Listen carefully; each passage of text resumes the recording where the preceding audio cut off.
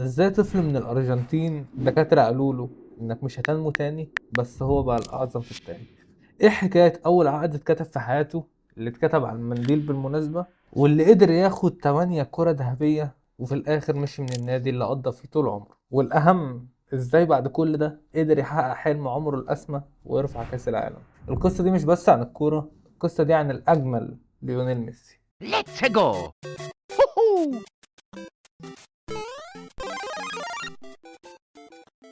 قصتنا النهاردة عن الاحب الى قلبي. والحب جاني خدني ورماني هل انا استاهل كده طب ما تقول ايه تبان المشكلة؟ المشكلة ما ما تقول تقول يا يا زمان. زمان. القصة بتبدأ ميسي وهو في الأرجنتين، كان بينزل يلعب في الشارع مع أصحابه زيه زينا، بس ميسي مش زينا في حتة معينة، إن هو لما كان بيجي يلعب كورة الواد أناني، وأناني مش على الفاضي، مش عامل زي صاحبك مثلا أيمن، مثلا مش عامل زي أيمن ياخد الكرة ويفضل يجري وفي الآخر تضيع منه. ميسي كان بياخد الكرة ويقعد يترقص ويرقص ويعمل، كان بيعمل قلق، بس الكرة ما كانتش تتقطع من رجله، فكل الناس قالوا الواد ده اكيد موهبة مش طبيعية، الواد ده مجنون كورة، الواد ده يعني كفتة. في فيديو كده لميسي حطه كده يا اسطى، واقف دي بيلعب كده يمين وشمال.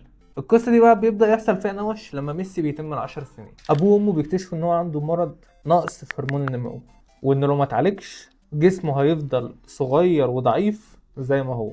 والفكرة بقى إن تمن العلاج بتاع هرمون النمو ده $1000 في الشهر، واللي هو كأسرة متوسطة في أرجنتين طبعا معهمش المبلغ ده. أبوه خده وفضل يلف بيه على كل النوادي يقول لهم يا جدعان ابني هيتأثر، والموهبة اللي انت قلت عليه موهبة دي هتضيع. كله قال له احنا شايفين ان ابنك موهوب وكل حاجة، بس احنا ايه، ما عندناش الفلوس دي يعني، ومحدش كان عنده الاستعداد ان هو يستثمر بالفلوس دي. فابو ميسي قعد يروح يمين وشمال، حتى اولد بويز اللي كان ميسي بيلعب فيها قال له والله معناش التكلفة دي يا اخويا وبتاع، لانه $1000 في الشهر، $6000 في 6 شهور، $12000 في السنة، فانت تكلفة كبيرة يعني. فابوه نزل على دماغه وحي وقال ايه، انا هاخد الواد ده ونطلع على اسبانيا نلف بيه على النوادي، الواد ده موهبه وانا ايه امل في الواد ده كبير، وهم برضك ايه بيتكلموا اسباني زينا وهنعرف نتعامل مع بعض يعني. فما كدبش خبر وراح بيه على اسبانيا، قعد يروح بيه النوادي، برضك عمل اختبارات في برشلونه بقى ايه، قعد كده 5 ساعات احتار، قال لي طب الواد ده حريف، والواد فعلا ما بيتسفاش من رجله الكوره. كنت احط الفيديو لقطات ميسي تاني مره. فبعد ما برشلونه شافته قالت لا انا شايف ان الواد ده بتاعي، خدوه صرفوا عليه وعالجوه وكل حاجه. وهنا بتبتدي قصتنا. الفتره دي ميسي كان عنده 13 سنه، واهل ميسي بداوا ايه يحسوا ان مفيش حد هيقبله وبتاع، وقال لك الفلوس اتضيقت عليهم ونرجع على البلد بقى، خلاص مفيش حد هيقبل الدنيا وبتاع. ساعتها قرر المدير الرياضي لنادي برشلونه ان هو يقعد مع ابو ميسي، كانوا قاعدين في كافيه وبتاع، فقال له خلاص احنا هنمضي معاك العقد. ابو ميسي قال له طب تمام نمضي. قام قال له والله معيش عقد. قام قال له طب اقول لك حاجه والله ما انا كسفك يا عم، ادي منديل، معيش منديل يا عم، ادي منديل نمضي على المنديل ده. هم مضوا على المنديل، وهنا بقى بيبتدي النقاش كله للمره الثانيه. لما برشلونه اتكفلت بيه وبدا ياخد الحقن يوميا، يوم مع يوم جسمه بدا يكبر وبدا حالته تتحسن، وبدا الطفل اللي كان بيعرف الكوره ما بتتقاش من رجله بقى وحش في الكوره، كانوا بيقولوا عليه بياكل الاخضر واليابس. بس مع كل ده ميسي عامة بيقولوا ان هو عنده حالة من حالات التوحد، او مش عارف، انا شفت له لايف الفترة الأخيرة، الواد فاهم تحسه مافيا، بس هما بيقولوا ان هو عنده حالة خفيفة من حالات التوحد، وديت ايه بتضيع لما كبر شوية يعني، بس هو ساعتها كان حرفيا بيقعد في أوضة التغيير أخرس. فابريجاز وبيكيه كانوا فاكرينه بجد أخرس، يعني هو كان بيقعد في أوضة التغيير ساكت ما بيتكلمش، وبينزل ملعب بيطلع سلسفيل أبوه، واد غريب. ميسي ساعتها وصل للفريق الاول وهو كان لسه عيل صغير، وساعتها كان النجم الاول لبرشلونه رونالدينيو. كان شاف ميسي في التمرين وهو ساعتها حس ان الموهبه دي موهبه مش طبيعيه، الواد ده مش هيتكرر تاني. ولقاء ليه مشهور كان قال للصحفيه بتقول عليا انا احسن لاعب في العالم، طب استنوا شوفوا ده هيعمل ايه. بس الانفجار الحقيقي حصل لما بيب جوارديولا مسك الفريق. جوارديولا بنى خطه كلها مبنيه حوالين ميسي. ميسي مبقاش مجرد جناح، بيب جوارديولا اخترع مركز جديد لميسي. المركز ده كان اسمه المهاجم الوهمي، يعني حرفيا خلى ميسي هو العقل للفريق، وهو المهاجم الوهمي وهو الجناح في نفس الوقت. كان ممسكه مركز، بص يا ابني يا جدعان نفس قصه كريستيانو، يا جدعان ودوا الكرة لميسي، هو ما بيعرفش يجري كويس يعني، وصل له الكرة وسيبوا الباقي. انكر ميسي والشغلانه دي كلنا عارفينها، انا مش محتاج اتكلم كتير، نكمل. وبعد الخطه دي في 2009 برشلونه كسبت 6 بطولات ورا بعض، بيسموها السداسيه التاريخيه. وبعد ما كريستيانو كسب البالون دور 2008، ميسي كسبها 2009، ومن هنا اتغيرت مقاييس اللاعب في العالم. وزي مسيرة كريستيانو ما بتخلاش من ميسي، سيرة ميسي ما بتخلاش من كريستيانو. الاتنين دخلوا بعض في منافسة تاريخية وعملوا أرقام قياسية ما كانش حد يتخيل إن هي كانت تبقى موجودة. ميسي في موسم 2012 سجل 91 جون. 91 جون ده أنت لو بتلعب أبو تريكة وفي جون واقف وأنت قاعد تشوط فيه لوحده صعب إنك تجيب 91 جون، ما بالك في الدوري الأسباني أقوى دوري في العالم. الاتنين كونوا مع بعض جملة مش طبيعية. يعني انت مثلا عندك ميسي من 2009 ل 2012 كسب 4 بالون دور، قعد 4 سنين ورا بعض. يا جدعان انا شايف ان ميسي ياخد البالون دور. اي نعم في نوش ان هو 2010 ما كانتش مستحقة، وان هوك انيستا يعني كان خارب الدنيا ويا فيفا مرتشية ويا فيفا ابن الفيفا والكلام ده، بس يا جدعان عادي يعني مشوها يعني فاهم. عمل رقم قياسي وخد 8 يعني. اتمنى الخير لغيرك، وما تنساش برضك تعمل سبسكرايب ولايك وكومنت وشير، يعني فاهم، شير في الخير برضه، يعني زي ما دعمنا ميسي ندعم برضك ايه حبيبي. يابا نكمل فيديو. وهنا بقى بتيجي الحته الاحزن لقلبي، يعني متابعين المقارنه من السيزون الاول عارفين ان انا كنت حاطط صوره كده لنيمار، عشان نيمار ده حبيبي، يعني بحب نيمار جدا يا جدعان. برشلونه 2014 جابت نيمار، ومش بس نيمار، جابت سواريز. كونوا ثلاثيه الام اس ان، تحسها مخابرات، تحسها فاهم، هما كانوا اقوى مثلث هجومي في التاريخ. التلاتة مع بعض يا جدعان عملوا جملة ما اجمل 2014.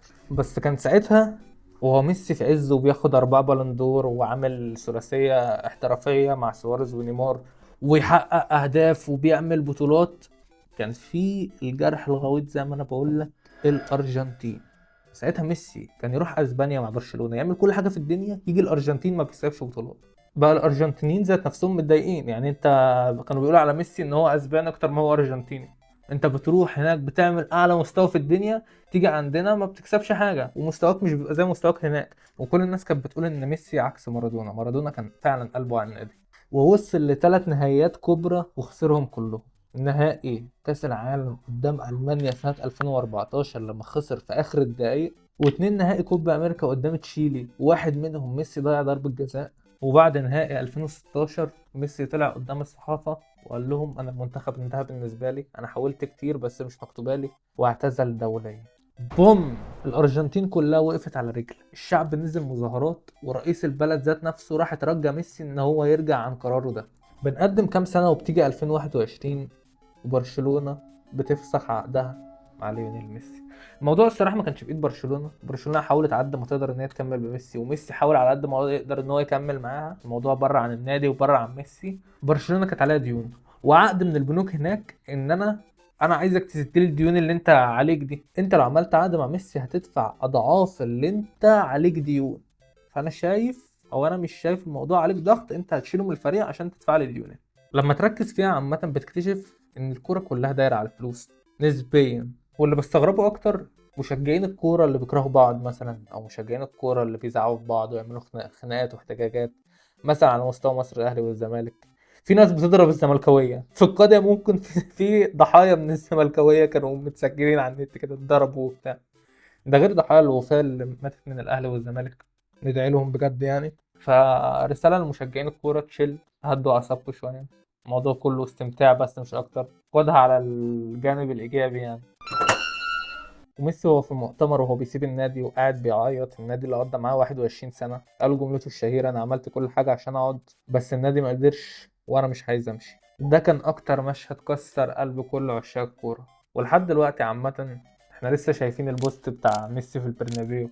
ميسي هو كده، الواد يا جدعان بيعشق المكان، الواد طفل اتربى في النادي ده حرفيا بدون علم الإدارة بدون علم أي حد. وهو قلبه مشتاق، نزل من أمريكا راح أسبانيا، عدى كده دخل النادي قعد يبص على المكان، قعد يبص على كل منطقة، حرفيا نفس المكان. بس راح افتكر زمان ميسي لما خلص برشلونة راح قعد مع باريس سان جيرمان، فريق على الورق خطير. انت معاك نيمار ومعاك امبابي ومعاك ميسي، معاك جملة مفيدة ايه قوية جدا.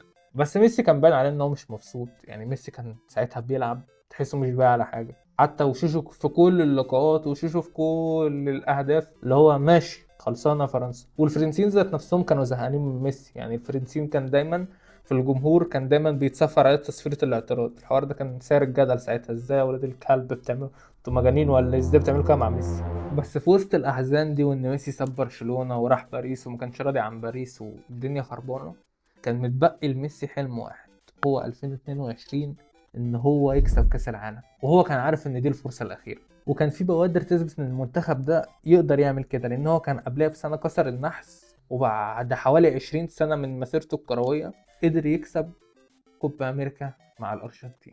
دي قصه في السريع منه. انت فاكر ان المنافسه بين كريستيانو وميسي على الكوره بس؟ كريستيانو رونالدو في البيزنس هو الاب الروحي. الدون عنده امبراطوريه عطور باسم سي ار 7 بتتكلم في اكتر من 30 او 40 نوع نزل لهم على مدار سنين، ورونالدو على قديمه الله يديمه يعني بيبيع برفانات حرفيا من ايام ما كان في مانشستر يونايتد. الراجل ده حول اسمه لامبراطوريه بتكسب من العطور لوحدها. هنا بقى ميسي قاعد كده قال له ليه ده اللي انت بتعمله ده؟ انا شايف ان البيزنس ده جايب همه وايه وحاجه اضمن بيها عيالي يعني، عشان ابطل الكوره انا مش هفضل طول عمري بلعب كوره يعني. ميسي بعد ما قعد سنين كامله فلوسه مقتصره عن الكوره بس، هو واحد مركز في الكوره، جه قال لك ايه، انا شايف ان حوار البيزنس ده حوار لذيذ يعني. وميسي بعد ما كسب كاس العالم وراح انتر ميامي وفضى الدنيا كده شويه، وهو بقاله كام سنه بدأ في البيزنس بتاعه بقى يقدر من اغلى العلامات التجاريه في العالم. ليه؟ لاجل ان انت لما بتشتري بردك نفس الجزئيه، انك لما بتشتري حاجه لميسي كانك شاري توقيع ميسي. هو دخل في المنافسه دي وقال لكريستيانو انت بقول لك ايه، انت مش فيها لوحدك، طول ما انا فيها هخفيها. ودخل بقى وعمل ازازتين برفان، قال لك انا مش هدخل زي كريستيانو بقاله زمن عمل ازاز كتير، انا هدخل بازازتين، ازازه للصيف وازازه للشتاء. خد يا باشا خدهم معاك الجيم، هو عاملهم كده بشكل ان هو تحسهم ازاز جيماوي، خدهم معاك الجيم وخدهم معاك التمرين، انا الراجل رياضي بفهم في التمرين وعايز مصلحتك. ميسي وكريستيانو تحسهم معركة في كل حاجة، كورة بيزنس وبرفان. ودخل الملعب ده وقال له ايه، نشوف الأقوى فينا. ساعتها الأرجنتين كانت تلعب ميسي السما أساسا. أخيرا وحشني صوتك يا ابن الكلب. بس بداية كأس العالم ما كانتش مبشرة أوي يعني. احنا بنتكلم في أول ماتش للأرجنتين تخسر من السعودية، مع احترامي للسعودية بس يعني فرق مستويات السما من الأرض. والسعودية تكسب ايه؟ الأرجنتين. كل الناس قالت ايه، وين ميسي، وين راح ميسي؟ كل الناس كانت بعد الماتش ده قالت خلاص الارجنتين خرجت من البطوله. ميسي بعد ماتش السعوديه ده تحول لمجنون، مسك اللعيبه في اوضه التغيير وقال لهم ان البطوله دي بتاعتنا، البطوله دي محدش هياخدها غيرنا يا ولاد الحلال. وتحول بشكل مش طبيعي.